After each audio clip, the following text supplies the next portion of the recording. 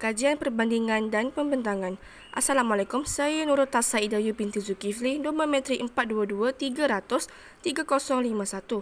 Saya merupakan salah seorang pelajar daripada program Ijazah Sarjana Muda Pendidikan Kebujian Pendidikan Awal Kanak-kanak. Korea Selatan menggunakan kurikulum semakan pada tahun 2015 yang menghapuskan seni liberal dan sains kurikulum dari kurikulum sekolah menengah dengan tujuan untuk melepaskan imajinasi kemanusiaan dan kreativiti saintifik dan teknologi bakat penumpuan kreatif. Korea Selatan juga menggunakan buku teks dalam kurikulum pendidikan. Buku ini dibahagikan kepada 3 jenis buah buku teks, iaitu buku teks yang ditetapkan kerajaan dibenarkan dan diluluskan. Hak cipta dalam buku teks yang ditetapkan oleh kerajaan adalah dimiliki oleh Kementerian Pendidikan. Buku ini yang diberikan kuasa memerlukan pemeriksaan oleh Menteri Pendidikan, dan buku teks yang diluluskan mesti mendapatkan kelulusan daripada penguasa pendidikan, iaitu Wakil Menteri Pendidikan. Objektif utama sistem pendidikan negara Korea Selatan ialah untuk memberikan pengetahuan asas, menanamkan nilai-nilai dan kemahiran dalam diri pelajar untuk pembangunan negara. Ia juga menggalakkan kesedaran kepada para pelajar supaya mewujudkan perasaan bangga terhadap negara. Terdapat 4 peringkat pendidikan formal di Korea Selatan, iaitu pendidikan rendah bermula dari umur 6 tahun sehingga 12 tahun. Pendidikan menengah iaitu SLTP yang bermula dari umur 12 tahun sehingga 14 tahun. Pendidikan menengah tinggi SLTA dari umur 15 tahun sehingga 18 tahun, dan pasca siswaza atau di universiti. Pendekatan yang digunakan ialah penyelesaian masalah, penerokaan, perbincangan tentang matematik, penggunaan teknologi, kerja berkumpulan, projek serta pengaplikasian matematik dalam kehidupan seharian. Sistem penilaian pendidikan yang digunakan di Korea Selatan adalah berbeza dengan Malaysia. Ini kerana bagi kemasukan sekolah menengah, tiada sebarang peperiksaan yang perlu diambil untuk memasuki sekolah menengah kerana ianya bergantung kepada GPA pelajar untuk masuk ke sekolah menengah yang lebih baik. Untuk kemasukan universiti pula, pelajar perlu menduduki CSAT untuk menentukan kemasukan mereka ke universiti selepas tamat pengajian di sekolah menengah, iaitu di Korea Selatan. Struktur pentadbiran pendidikan negara Korea Selatan terdiri daripada beberapa agensi dan badan yang bertanggungjawab untuk menguruskan membangunkan sistem pendidikan negara tersebut. Berikut adalah struktur pentadbiran pendidikan negara Korea Selatan. Yang pertama adalah Kementerian Pendidikan yang lebih dikenali sebagai Ministry of Education. Yang kedua adalah Badan Pendidikan Dasar yang lebih dikenali sebagai Basic Education Bureau. Yang ketiga adalah Badan Pendidikan Menengah yang lebih dikenali sebagai Secondary Education Bureau. Yang keempat adalah Badan Pendidikan Tinggi yang lebih dikenali sebagai Higher Education Bureau. Dan yang terakhir adalah Badan Pendidikan Khusus yang lebih dikenali sebagai Special Education Bureau. Kurikulum pendidikan prasekolah di Korea Selatan iaitu Bahasa dan Komunikasi. Pendidikan awal di Korea Selatan memberikan penekanan pada perkembangan bahasa Korea, kosakata asas dan kemahiran berkomunikasi. Matematik. Kanak-kanak di Korea Selatan diperkenalkan kepada konsep matematik asas, pengiraan bentuk dan nombor.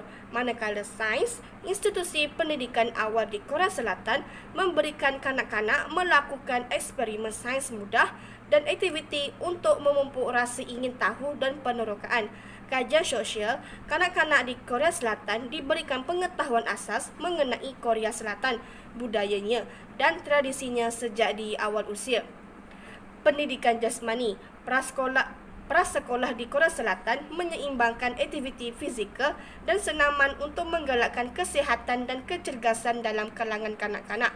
Seni dan kreatif pula, guru-guru disarankan untuk memperbanyakkan aktiviti seperti melukis, mewarna dan kraft tangan bagi menggalakkan kreativiti dalam diri kanak-kanak. Muzik dan tarian. Kanak-kanak ini juga diperkenalkan kepada muzik tradisional Korea, lagu dan tarian. Pendidikan karakter. Kanak-kanak diajarkan tentang pengajaran nilai, adab dan kemahiran sosial supaya mereka terbiasa berakhlak mulia. Bermain dan bermain dan sosialisasi. Kanak-kanak berpeluang untuk bermain bebas, berinteraksi dengan rakan sebaya dan ini dapat membantu dalam perkembangan sosial mereka. Pendidikan keselamatan. Kanak-kanak sangat ditekankan kepada peraturan keselamatan asas dan amalan supaya mereka dapat mengamalkannya jika perlu. Fakta menarik dalam pendidikan di Korea Selatan adalah belajar sehingga 50 jam seminggu. Korea Selatan telah berjaya menambah jam sekolah sebanyak 50 jam seminggu. Generasi Korea Selatan sangat menginginkan keunggulan dalam pendidikan. Mereka percaya bahawa jika seseorang tidak mendapatkan pendidikan yang baik, mereka akan mati. Selain itu, sekolah sampai hari Sabtu. Bahkan pada hari Sabtu, pelajar dikehendaki hadir dalam sistem pendidikan Korea Selatan walaupun pada hujung minggu.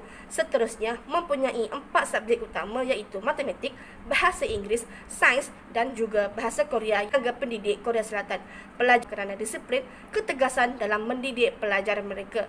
Fakta yang menarik yang lain tentang pendidikan di Korea Selatan ialah yang pertama, pendidikan di Korea Selatan sangat dihargai, di mana pendidikan di sana dianggap sangat penting dan sangat dihargai dalam masyarakat serta pencapaian akademik dianggap sebagai satu faktor penentu kejayaan dan status sosial. Yang kedua ialah persaingan yang sangat ketat.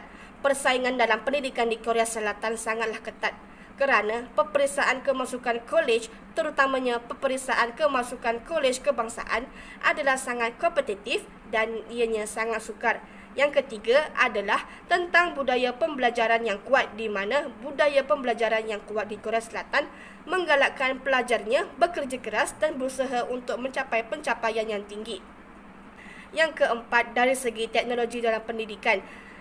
Seperti yang kita tahu, Korea Selatan terkenal dengan penggunaan teknologi dalam pendidikan. Kelebihan apabila kita menyambung pelajaran ke Korea Selatan antaranya ialah dapat mempelajari budaya baru. Contohnya, seperti makanan tradisional Korea Selatan ialah kimchi, manakala makanan tradisional Malaysia ialah nasi lemak. Selain itu, dapat membina persahabatan baru. Apabila anda pergi belajar ke luar negara, anda mungkin akan keseorangan dan berjauhan dengan keluarga dan rakan-rakan tersayang di Malaysia.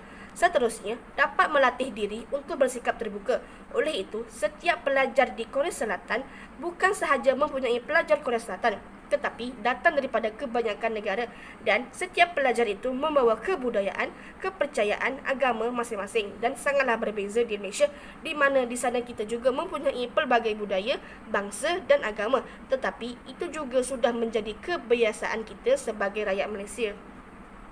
Akhir sekali, dapat mempelajari bahasa Korea Selatan. Ini kerana apabila kita berada di negara orang lain, secara tidak langsung kita akan mempelajari bahasa Korea Selatan dan dapat meningkatkan kemampuan penggunaan bahasa Korea Selatan.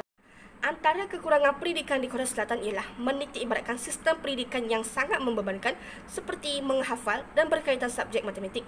Namun demikian, di Malaysia pula tidak menekankan para pelajar untuk menghafal sesuatu tajuk, malah lebih kepada memahami apa yang diajar serta sama ratakan pemahaman dalam setiap subjek. Selain itu, peningkatan pelajar yang bunuh diri pada usia 15 tahun sehingga 24 tahun kerana mereka ini menghadapi tekanan terhadap prestasi akademik dan cita-cita yang perlu dicapai. Sistem di Korea Selatan lebih mementingkan akademik dan kurang mementingkan kemahiran. Berbeza di Malaysia, kita mementingkan kedua-duanya sekali iaitu akademik dan kemahiran. Seterusnya, waktu belajar di sekolah adalah selama 16 jam. Tetapi jika di Malaysia pula, 6 sehingga 7 jam sahaja bagi pelajar sekolah. Sistem pendidikan di Korea Selatan ialah mempunyai waktu belajar yang lama. Bagi pelajar sekolah rendah, masa di sekolah adalah 8 pagi sehingga 1 petang, manakala sekolah menengah pula bermula pada pukul 9.30 pagi sehingga 10 malam. Berbanding dengan Malaysia, sekolah rendah bermula pada pukul 7.30 pagi sehingga 1 petang, manakala sekolah menengah pula bermula pada pukul 7.30 hingga 2 petang.